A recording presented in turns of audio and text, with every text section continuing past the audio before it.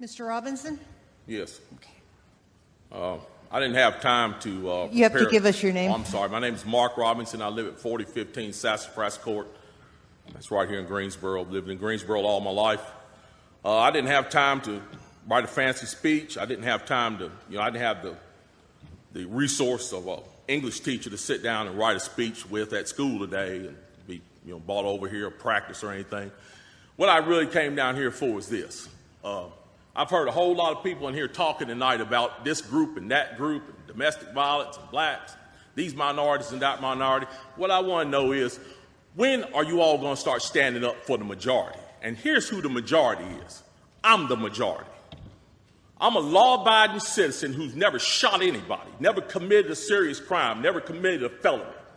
I've never done anything like that. But it seems like every time we have one of these shootings, nobody wants to put the blame where it goes, which is at the shooter's feet. You want to put it at my feet.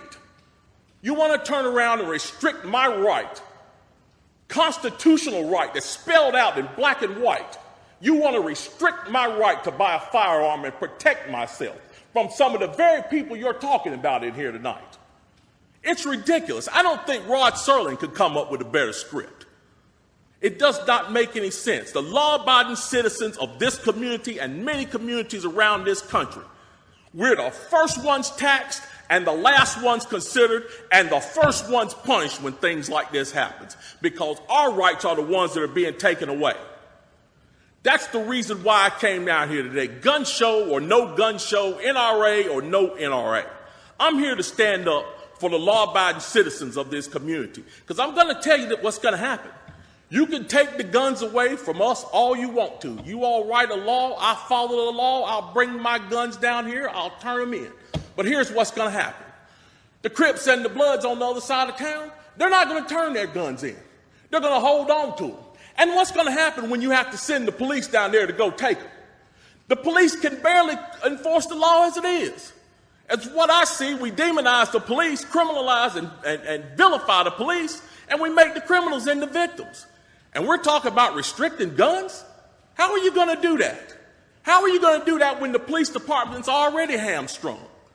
You're not going to be able to go down here and take these guns from these criminals. So the criminals are going to hold on to their guns. They're still going to have them.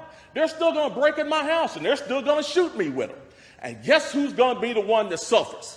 It's going to be me. Well, I'm here to tell you tonight, it is not going to happen without a fight. And when I say fight, I don't mean shots fired. I don't mean fist thrown.